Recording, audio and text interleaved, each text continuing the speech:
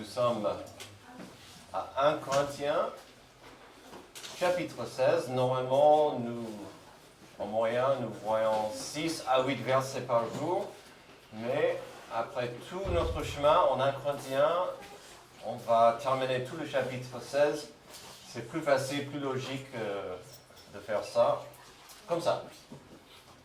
Donc, aujourd'hui, on arrive à la fin de ce second livre. Nous avions une série très riche ici, car il s'agissait d'une histoire remplie de problèmes. Cette église avait tellement de problèmes. Et donc, heureusement, nous avons vu une histoire remplie de solutions. Nous avons vu tout de suite des rivalités moches.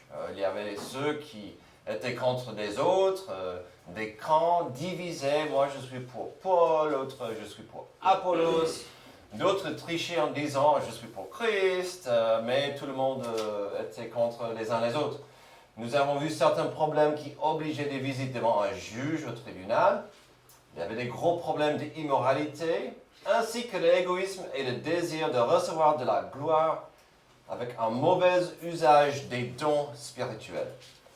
La semaine dernière, nous avons terminé un des plus longs chapitres, le chapitre 15, en adressant l'immense problème des gens qui critiquaient et reniaient la résurrection. Et donc, on a vu, Paul a expliqué, si vous allez dire que la résurrection n'est pas vraie, on n'a rien, on n'a pas de fondation, on n'a pas d'histoire, on n'a aucune raison pour exister. Je vous ai suggéré que Paul a terminé ce chapitre avec la notion logique de service au carré. Alors ici, on parle souvent de trois piliers qui tiennent notre but. Notre but, j'espère que vous le savez, c'est Matthieu, ou les dernières paroles de Jésus. Il a dit, allez, faites de toutes les nations des disciples, en les baptisant au nom du Père, du Fils, du Saint-Esprit, et en enseignant tout ce que je vous ai enseigné. Et donc, notre but, c'est de faire et de former des disciples de Jésus-Christ. Mais le but à trois poteaux, l'amour au carré, l'amour pour Dieu et l'amour pour notre prochain. La fidélité au carré, la fidélité à Dieu et pour notre prochain. Et puis, on a parlé pas mal la semaine dernière et on va beaucoup parler aujourd'hui du service au carré, de servir Dieu et puis de servir notre prochain. C'est important. Et donc, j'ai dit que Paul a terminé le chapitre 15 avec cette notion. Si vous appréciez la résurrection et l'évangile, ça va se voir au niveau pratique dans le service.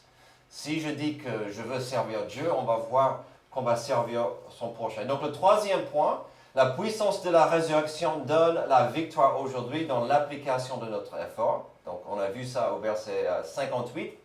Il a dit, « Ainsi mes frères et sœurs bien-aimés, soyez fermes, inébranlables, travaillez de mieux en mieux à l'œuvre du Seigneur, sachant que votre travail n'est pas sans résultat dans le Seigneur. » Nous avons vu l'importance de travailler correctement pour le Seigneur. Car une telle œuvre n'est pas, comme il a dit, sans résultat. Si vous le faites pour le Seigneur, il y aura des résultats. Parfois, on ne voit pas des résultats tout de suite, mais Dieu connaît ce travail. Nous avons terminé, si vous voulez, avec ce poteau, le service au carré. Alors, comment expliquer le service au carré? Comment définir cette idée? Il consiste de quoi, en fait? De servir Dieu, servir son prochain. Est-ce que c'est important de servir? Quand vous regardez et vous lisez la suite, chose qu'on va faire, 1 Corinthiens chapitre 16, quand on voit la plupart du chapitre 16, il y a des idées, des notions pratiques de service et de servir. Est-ce que c'est une coïncidence qu'il a continué de parler de service? Ou est-ce que Paul leur a donné une recette à suivre? Ça, c'est ma proposition. Paul a donné une recette de service. Le chapitre 16 suit logiquement la fin du chapitre 15. C'est une recette de comment bien préparer un bon gâteau au service. Alors, on a des gens qui cuisinent très bien dans cette église, et pour ça, j'en suis reconnaissant. Mais on va parler d'un gâteau au service. Vous le savez, mieux que moi, parce que je suis nul dans la cuisine, une recette classique aura quelques étapes à suivre, quelques ingrédients à mélanger et à préparer. mesdames, heureusement pour la plupart de vous, Amy a préparé la recette de vos brioches, petites brioches qu'elle vous a fait la semaine dernière. Et donc, selon la recette, il faut, et je ne vais pas tout lire, mais bien sûr, 235 millilitres de lait, 112 grammes beurre, 2 œufs, les œufs, ça je peux faire, du sel, farine, sucre. Vous connaissez un peu comment ça fonctionne une recette. Mettre les ingrédients dans la machine à pain. Bon, je ne vais pas tout lire, mais vous le savez, la preuve est là, hein, c'est une bonne recette. C'est ça en fait, ce que nous avons aujourd'hui au chapitre 16, une recette pour parler du service, pour servir. Le travail pour le Seigneur est important. Le service au carré est capital pour faire une différence dans ce monde.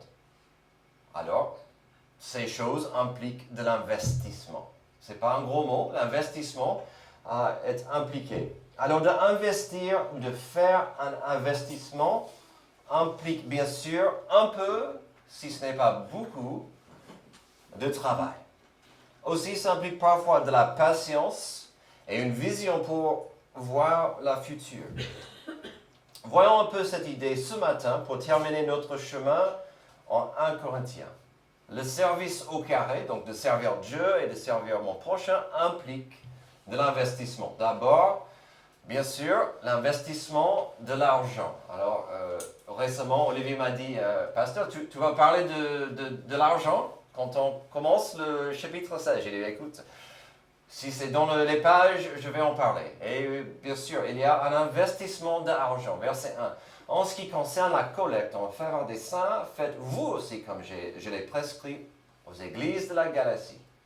Que chacun de vous, le dimanche, mette de côté chez lui ce qu'il pourra, en fonction de ses moyens, afin qu'on n'attende pas mon arrivée pour récolter les dons. Quand je serai chez vous, j'enverrai avec des lettres ceux que vous aurez choisis pour porter vos dons à Jérusalem. S'il est approprié que j'y aille, moi aussi, ils feront le voyage avec moi. Et donc, on va voir un investissement de l'argent. Qu'avons-nous ici? À cette époque, l'Église à Jérusalem subissait quelques épreuves. Ce n'était pas une, ce n'était pas deux, c'était quelques épreuves. Nous savons qu'elle a déjà subi pas mal de persécutions des autorités. Il y avait une époque où l'Église de Jérusalem pouvait faire ses cultes, agir dans la rue publiquement sans problème. Mais ces jours sont terminés avec cette persécution. Acte 12 raconte que Pierre était emprisonné et Jacques était tué. Et donc un des disciples de Jésus était tué assez vite dans le processus, dans la vie de l'Église à Jérusalem. Il y avait aussi une famine qui a frappé la région. Apparemment, des gens dans l'Église avec de l'argent, avec des moyens, faisaient ce qu'ils pouvaient pour aider, mais ce n'était pas assez. Et donc, il y avait ce désir d'aider ces gens démunis, ces gens pauvres. Il y avait ce mouvement de faire quelque chose de pratique pour servir et aimer des frères et des sœurs en Christ. On peut voir des traces de ce mouvement en plusieurs passages, donc je vous ai donné quelques passages, Acte 11, 27 à 30, Galates 2, 10, Romains 15, 26. Et puis quasiment 2 chapitres entiers aux 2 Corinthiens sont consacrés à cette notion de donner, aider ces gens, avec un geste très pratique. Mais que pouvons-nous apprendre ici? Déjà, il y a la notion de l'argent. À quoi ça sert? Vous savez aussi bien que moi qu'aujourd'hui, l'argent est un dieu. On suit l'argent, on fait tous pour l'argent, on veut gagner plus d'argent. Sans argent, on est triste. Alors, est-ce que c'est possible d'avoir trop d'argent? Je pense que ça rend triste aussi. Ah, quelqu'un dit non. Mais, alors, j'ai 2 10 et un 5. Et j'ai oublié notre dollar. J'allais amener notre dollar. C'est dommage. Mais, L'argent, c'est un outil. C'est simplement un outil, ce n'est pas le but de la vie.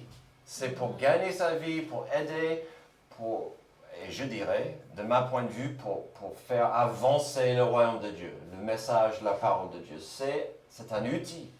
Ce n'est pas un Dieu. Ce n'est pas le but. Donc, évidemment, il y aura des moments où quelqu'un ou quelques-uns auront moins d'argent et ça devient problématique, comme pour certains à Jérusalem. On ne fera pas un sondage, parce que c'est personnel, mais je sais que même ici dans cette pièce, il y a certains qui pourraient avoir plus d'argent. Peut-être je viendrai à certains pour demander après. Hein? Non. Mais l'argent est important. Et parfois, on en a moins. Sommes-nous appelés à sauver tout le monde avec notre argent? Sommes-nous obligés d'y participer? Ici, c'était bien organisé afin que tout le monde y participe chaque dimanche. Donc déjà, ça nous montre que les églises primitives, les premières églises, on le sait bien, ils se réunissaient le premier jour de la semaine, le dimanche. C'est pourquoi il a dit, chaque dimanche, vous vous mettez à côté. Donc c'était ça, c'est un bon rappel. C'était bien organisé. Il n'a pas dit, vous allez faire en sorte que... Non, c'était bien organisé, c'était collectif et ensemble. Et ça, c'est beau parce que les gens pouvaient dire, moi seul, j'ai pas beaucoup, mais tous ensemble, on peut faire une différence en tant qu'une famille en Christ. Et donc, ils étaient ensemble. Vous pouvez être plus généreux. Ils étaient très généreux et puis c'était un geste pratique. Et donc, on voit quelques raisons pour lesquelles c'est pratique, c'est un investissement de donner à autrui. Mais après tous les problèmes que l'Église à Corinthe montrait, ça ne devait pas être simple de proposer et organiser cette collecte. Je pense que entre toutes les rivalités et tous les problèmes que l'Église avait, Paul avait du mal à dire, pensez aux autres, arrêtez de se battre, arrêtez d'avoir des conflits et pensez à autrui. Mais il a essayé. Mais ça revient à une question fondamentale. Est-ce qu'il y a une distance ou une limite à mes responsabilités pour aimer mon prochain? Bien sûr, dans le mot prochain, il y a le mot proche, avec la notion de proximité. Donc, quelque part, je dois être sensible à vous, à ma famille en Christ, qui sont autour de moi. Mais est-ce qu'il y a une distance? Est-ce que Jésus a montré un manque de désir d'aller au loin? N'a-t-il pas ordonné à ce que nous ayons faire de toutes les nations ses disciples? N'a-t-il, Jésus, pas allé loin de chez lui pour nous montrer l'amour, la fidélité et le service? Alors la question s'impose. Est-ce que ce passage parle de la mission? Ma réponse simple est oui et non. Il y a aussi, donc oui et non. C'est quoi la mission? La mission, c'est de donner de l'argent pour que l'Évangile puisse aller plus loin. Que l'Évangile puisse être présenté, proclamé, plus loin que chez moi ou ma ville. Et donc, quelque part, c'était une œuvre de voir la mission de Jésus-Christ continuer à Jérusalem. Mais non, ce n'était pas la mission comme nous voyons, mais en même temps, il y avait des gens qui meuraient de faim. Et donc, on voulait qu'ils restent en vie afin qu'ils restent des témoins vivants pour Jésus-Christ. Et donc, quand on vous demande de donner à l'offrande pour cette église ou pour nos missionnaires, c'est toujours le but, c'est de voir l'évangile continuer à être propagé et proclamé. Il y a aussi dans cette histoire un équilibre beau et correct à voir. De où est-ce que l'évangile est sorti? Dans le dernier passage, chapitre, il a dit, est-ce que l'évangile a commencé chez vous, les Corinthiens? Il a dit non. Vous êtes des fruits, vous êtes un résultat de l'évangile. Et donc, l'évangile n'a pas commencé à Corinthe. Corinthe était dans la vague, belle, de l'Évangile. Et donc, on voit cet équilibre ici. Corinthe existait grâce aux dons missionnaires et à l'œuvre missionnaire. Maintenant, l'Église à Corinthe pouvait refaire la même chose vers la source. Et donc, c'est un équilibre beau. Dans des saisons naturelles de la vie, parfois un groupe ici aura du mal avec une épreuve ou un problème, et l'autre par là serait dans une belle position de devenir un conduit de la grâce de Dieu. Voici une bénédiction forte d'être dans la famille de Dieu. On peut bénir quelqu'un d'autre qui n'est pas juste à côté. Et franchement, si aujourd'hui nous sommes à quelques pas de commencer notre projet de construction, c'est parce que des églises loin de nous ont ouvert leur cœur et leur portefeuille pour dire, oui, on veut investir dans l'Évangile à Lucin. Et donc, c'est beau de voir cette famille en Christ qui peut donner et recevoir, donner et recevoir. Aussi, nous pouvons trouver un exemple classique de trouver un équilibre avec la notion de retour de Christ qui est imminent, mais aussi de vivre des vies ici sur terre dans une manière digne. Car la semaine dernière, nous avons vu, il a dit, il faut être prêt pour le retour imminent de Christ. Ça pourrait être aujourd'hui, il faut vivre dignement parce que Jésus revient. Mais ça ne veut pas dire qu'on a le droit d'arrêter de payer nos factures, ni nos impôts, ni de penser à aider autrui, d'envoyer l'Évangile. Et donc, on voit un bon équilibre ici. Si Paul a dit vivre aujourd'hui comme si Jésus revient, quand même, c'est beau de dire, en même temps, on peut et on doit aider pour demain. Si une église est sensible à un besoin, financier ou autre, Dieu peut faire grand-chose avec elle. Le service au carré implique de l'investissement. Nous avons vu un investissement d'argent. Maintenant, voyons un autre qui est aussi très précieux, un investissement de temps. Versets 5 à 9. Je viendrai chez vous après avoir traversé la Macédoine, car je vais passer par là. Il est possible que je séjourne quelque temps chez vous, ou même que j'y passe l'hiver. Ainsi, vous pourrez m'aider à poursuivre mon voyage là où je dois me rendre. Je ne veux pas, cette fois-ci, vous voir seulement en passant, mais j'espère rester quelque temps avec vous, si le Seigneur le permet. Cependant, je resterai à Éphèse jusqu'à la Pentecôte, car une porte m'y est largement ouverte pour un travail efficace, et les adversaires sont nombreux. Donc, on parle d'un investissement de temps. Alors, si vous n'avez pas beaucoup d'argent, les jeunes, par exemple, on peut parler de cet investissement de temps. Paul est très clair ici avec ce qu'il souhaitait.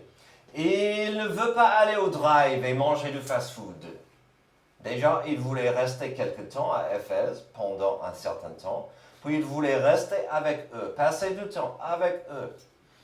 Alors, des raisons pour cela étaient diverses et importantes. Déjà, Paul voulait investir plus dans leur vie. Paul a lancé cette église. Il connaissait beaucoup de gens, mais il ne connaissait pas tout le monde. Et donc, il voulait investir plus de son temps dans cette église. Il y a ce côté-là. Il y a aussi le côté que cette église avait tellement de problèmes, tellement de rivalités, tellement de failles et de faiblesses qu'il devait revenir en tant que père pour donner des fessées, si vous voulez. Il vraiment devait être là pour les aider, redresser cette église. Aussi, juste à aider de former et éduquer des gens. Et donc, il y avait beaucoup de raisons pour lesquelles Paul devait passer du temps. Et pas juste, comme il dit, je ne veux pas juste en passant, je veux rester parmi vous. Bien sûr, la clé sur tout ça, c'est qu'il planifiait son temps et ses voyages, mais toujours avec la volonté de Dieu en tête, comme nous voyons au verset 7, avec cette belle phrase, « Si le Seigneur le permet ». Je vais passer du temps, je veux investir mon temps chez vous, si Dieu me le permet. Et l'histoire nous dit que tout ça ne s'est pas déroulé exactement comme il pensait. Ce n'est pas grave, mais il organisait son futur. Ce qui compte, c'est cette idée de travailler, d'œuvrer, d'investir. Le verset 9 est incroyable. Il voulait passer du temps à Éphèse, car une porte y était ouverte, malgré les adversaires, des problèmes potentiels.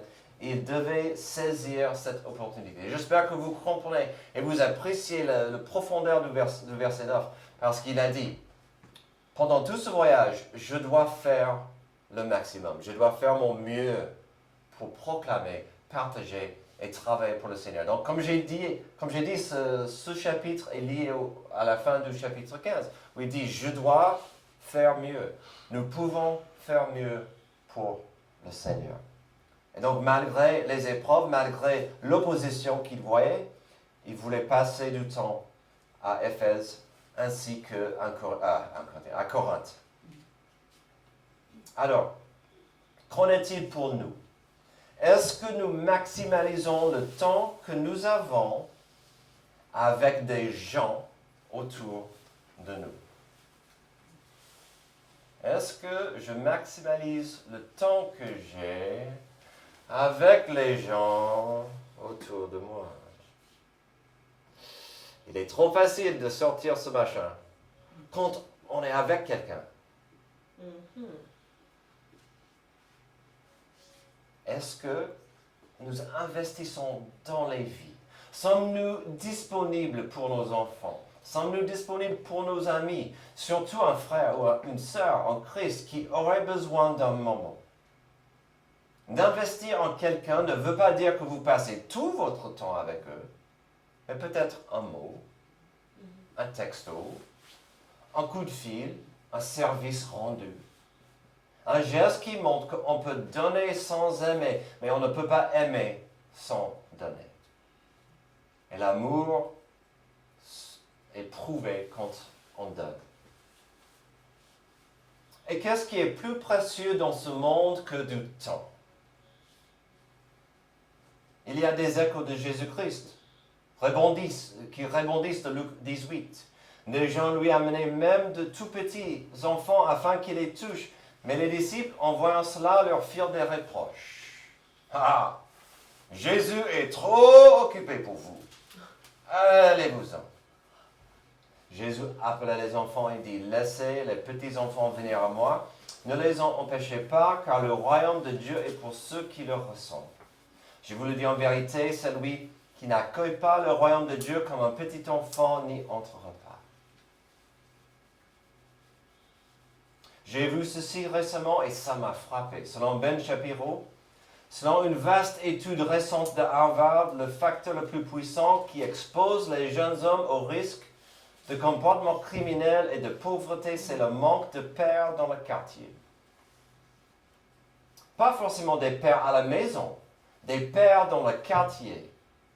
Une prévalence d'hommes responsables autour de nos enfants peut même aider à compenser le manque de pères à la maison.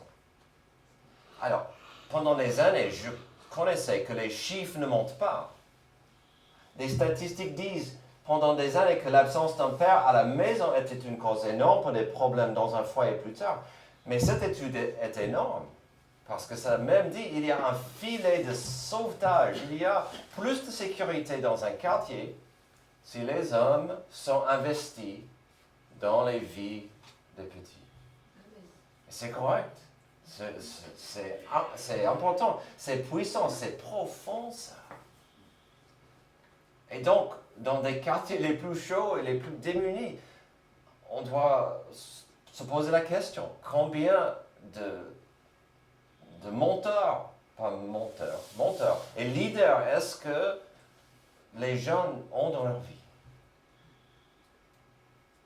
Nous avons vu que pour servir Dieu et mon prochain, on peut investir de l'argent. Si parfois vous n'avez pas beaucoup d'argent, peut-être c'est votre temps que Dieu demande de vous. Notre troisième investissement sera bien lié au deuxième, et le temps que nous passons. Mais Paul vient de parler du temps qu'il voulait passer avec eux. Ça, c'est une chose. Maintenant, il va et il doit les encourager d'investir dans le futur, dans la vie des autres. Et donc, on verra un assortiment de gens différents que Paul va proposer à l'église de Corinthe d'investir. Probablement, ces gens venaient, ils allaient être parmi eux et à l'église, et pour des raisons diverses, ces gens venaient. Paul voulait qu'ils acceptent et qu'ils aiment ces gens correctement. Et donc, notre troisième investissement sera dans des gens. Alors, c'est bien lié à notre deuxième point, l'investissement du temps, mais il faut investir dans des gens. Verset 10, et ça va commencer une longue liste de personnes. Si Timothée arrive, veillez à ce qu'il soit sans crainte parmi vous, car il travaille tout comme moi à l'œuvre du Seigneur. Que personne donc ne le méprise. Aidez-le à poursuivre en paix son voyage de retour vers moi, car je l'attends avec les frères. D'abord, dans cette liste, nous avons Timothée. L'histoire nous dit que le mot « si » dans sa phrase, le mot « si » au verset 10 n'était pas nécessaire. Timothée était quasiment à la porte de la ville quand Paul écrivait ça. Probablement, il est y allé pour aider Paul, qui voulait être parmi nous, mais il n'était pas encore là. L'Église savait que Timothée était le protégé de Paul, il était son élève. Il était un jeune pasteur, l'Église savait qu'il était jeune, et Paul ne voulait pas que ça soit un problème. Qu'un pasteur arrive pour aider, pour bénir, jeune ou pas, il voulait que l'Église reçoive Timothée correctement. Ils ont vite appris que Timothée était jeune. Nous pouvons constater l'inquiétude, presque, que Paul avait pour cette rencontre. On ne sait pas exactement comment la visite s'est déroulée, mais nous savons qu'après le départ de Timothée, Paul est allé directement à Corinthe au lieu de visiter la Macédoine d'abord. Alors, je vous laisse deviner ce que Timothée a trouvé. Timothée est allé visiter l'église, il rentre, et Paul a dit « Oh mince, il faut que j'y aille tout de suite. » Ah, c'est normal.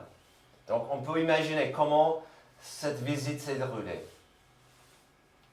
Paul, plus tard, dans le livre de 2 Corinthiens, Paul fait référence à cette visite comme une occasion pénible et difficile.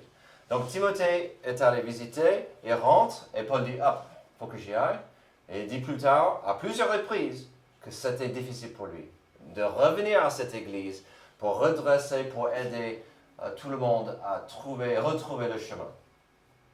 Et donc, je pense que Paul comprenait. L'église devait vraiment correctement aimer et accueillir Timothée. Il leur a dit. Alors, qu'avons-nous ici? Une église rebelle qui recevait de l'aide, et c'était le désir de Paul. C'était quoi? Toujours que cette église applique l'amour au carré. L'amour pour Dieu et l'amour pour son prochain. Et cet amour, nous savons, enrichit le service au carré et la fidélité au carré. Mais Paul, il a dû exprimer, donnez votre meilleur effort d'aimer Timothée à son arrivée. S'il vous plaît, soyez sage. Alors, c'est important. Quand quelqu'un arrive, est-ce qu'on peut les accueillir avec amour, correctement, avec une écoute de ce qu'ils ont à dire? Continuons, verset 12. Quant au frère Apollos, je l'ai beaucoup encouragé à venir aussi chez vous avec les frères. Mais ce n'était décidément pas sa volonté de le faire maintenant. Il viendra quand il en aura l'occasion. Alors, que puis-je dire ici? Si vous étiez ici au début de notre chemin en 1 Corinthiens, vous savez que Paul a lancé l'Église, comme je l'ai dit tout à l'heure, et puis il a laissé l'Église dans les mains d'Apollos. Apollos était le 12e pasteur de cette Église, puis il est parti. Et c'est là, je pense, où les choses se sont très mal tournées. Apollos pensait que les anciens avaient assez de contrôle sur les enfants immatures, Et non. Et donc, cette église avait une belle histoire avec Apollos. Et donc, Paul voulait qu'il revienne. Le besoin que Apollos revienne est évident. Donc, probablement, il n'est pas rentré. On ne sait pas si Apollos est rentré ou pas. Le besoin est là, et je ne pense pas qu'il soit revenu parce que l'Église a continué à avoir beaucoup de problèmes. Ensuite, verset 13, « Restez vigilants, tenez ferme dans la foi, soyez courageux, fortifiez-vous, que tout ce que vous faites soit fait avec amour. » N'est-ce pas intéressant? Je ne sais pas si vous avez compris, mais Paul est en train de faire une liste de gens qui pourraient visiter l'Église et que l'Église avait besoin d'être attentive et gracieuse avec ces personnes. Timothée arrive, sois gentil, écoute-le. Si Apollos arrive, sois attentif, écoute-le. Et puis il dit, restez vigilants, tenez ferme dans la foi, soyez courageux, fortifiez-vous.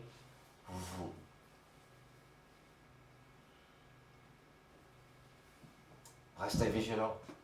Est-ce que cette Église a resté vigilant? Non, pas du tout. Est-ce que cette Église a tenu ferme dans la foi? Ah non, si vous avez bien vu le chapitre 12, 14 et 15, non, ils ont quitté la foi, beaucoup. Et donc, il revient à la foi. Soyez courageux, fortifiez-vous. Parfois, il faut être fort et courageux de rester vigilant, de tenir ferme et surtout de faire tout par amour. Il faut être courageux pour aimer. Et donc, le verset 13 et le verset 14 sont très importants. Entre cette liste, il dit, s'il vous plaît, gardez l'amour, pratiquez l'amour. Verset 15. Voici encore une recommandation, frères et sœurs. Vous savez que la famille de Stéphanas est le premier fruit de la Achaïe, et qu'elle soit consacrée au service des saints. Soumettez-vous à de telles personnes, ainsi qu'à tous ceux qui travaillent et peinent avec elles. Alors, je vous ai promis une liste de personnes autour, des gens qui pouvaient avoir une influence positive sur ces gens. Et donc, Paul va dire, écoutez ces personnes, soyez soumis. Soumettez-vous à de telles personnes. Nous savons que Stéphanas et sa famille étaient des premiers convertis dans la région de Corinthe. Et donc, ils étaient pour Paul une source pure de joie et de fierté. C'était les premiers gens qui ont reçu l'Évangile, qui ont accepté l'Évangile, qui se sont fait baptiser. Et donc, c'était vraiment des piliers. Probablement, ces gens étaient fidèles à plusieurs choses. À Jésus-Christ, à son Évangile, et puis à ses commandements d'aimer Dieu et d'aimer son prochain. Et puis, probablement, ils étaient très fidèles à Paul. Et donc, c'était problématique pour ces personnes d'être à côté de Corinthe, de voir ce que cette église faisait, comment elle agissait, et de dire, oh mais non, on peut faire mieux. Beaucoup de théologiens pensent que Paul savait tous les détails sordides sur l'église grâce à Stéphanus. C'était lui qui disait, Paul, il y a un membre de l'église qui fréquente souvent une prostituée. Il y a des gens qui viennent à la Sainte Seine avec beaucoup de choses à manger. Il y en a ceux qui viennent sans, qui ont faim. C'est la catastrophe. Il y a des problèmes. C'était probablement Stéphanus qui a expliqué ça à Paul. Quand vous comprenez cela, on peut mieux apprécier ce qu'ils étaient, selon Paul, des serviteurs. C'est pourquoi Paul insistait que l'Église se soumet à de tels gens dans les versets 15 et le verset 17. J'ai lu une belle commentaire. Paul mit en évidence des serviteurs. Pas des orateurs, pas des gens avec un beau discours, pas des gens avec une portefeuille importante. Il a dit, ces gens sont précieux parce qu'ils sont des serviteurs. Paul continue dans cette direction, verset 17. Je me réjouis de la présence de Stéphanas, de Fortunatus et de Merci. Ils ont supplié à votre absence, car ils ont tranquillisé mon esprit et le vôtre. Sachez donc apprécier de telles personnes. Il est en train de dire, ce sont des serviteurs, ils vous aiment, vous avez besoin d'écouter et de suivre de telles personnes. Il est clair que l'église de Corinthe avait du mal à la soumission correcte à Dieu. Ils ont supplié, et à sa parole. C'est pourquoi Paul devait leur rappeler d'apprécier de telles personnes. Alors notre troisième point, c'est que pour mieux servir Dieu et notre prochain, on peut mieux investir dans des gens. Mais avec un peu d'étude, on peut voir aussi un lien entre ces personnes.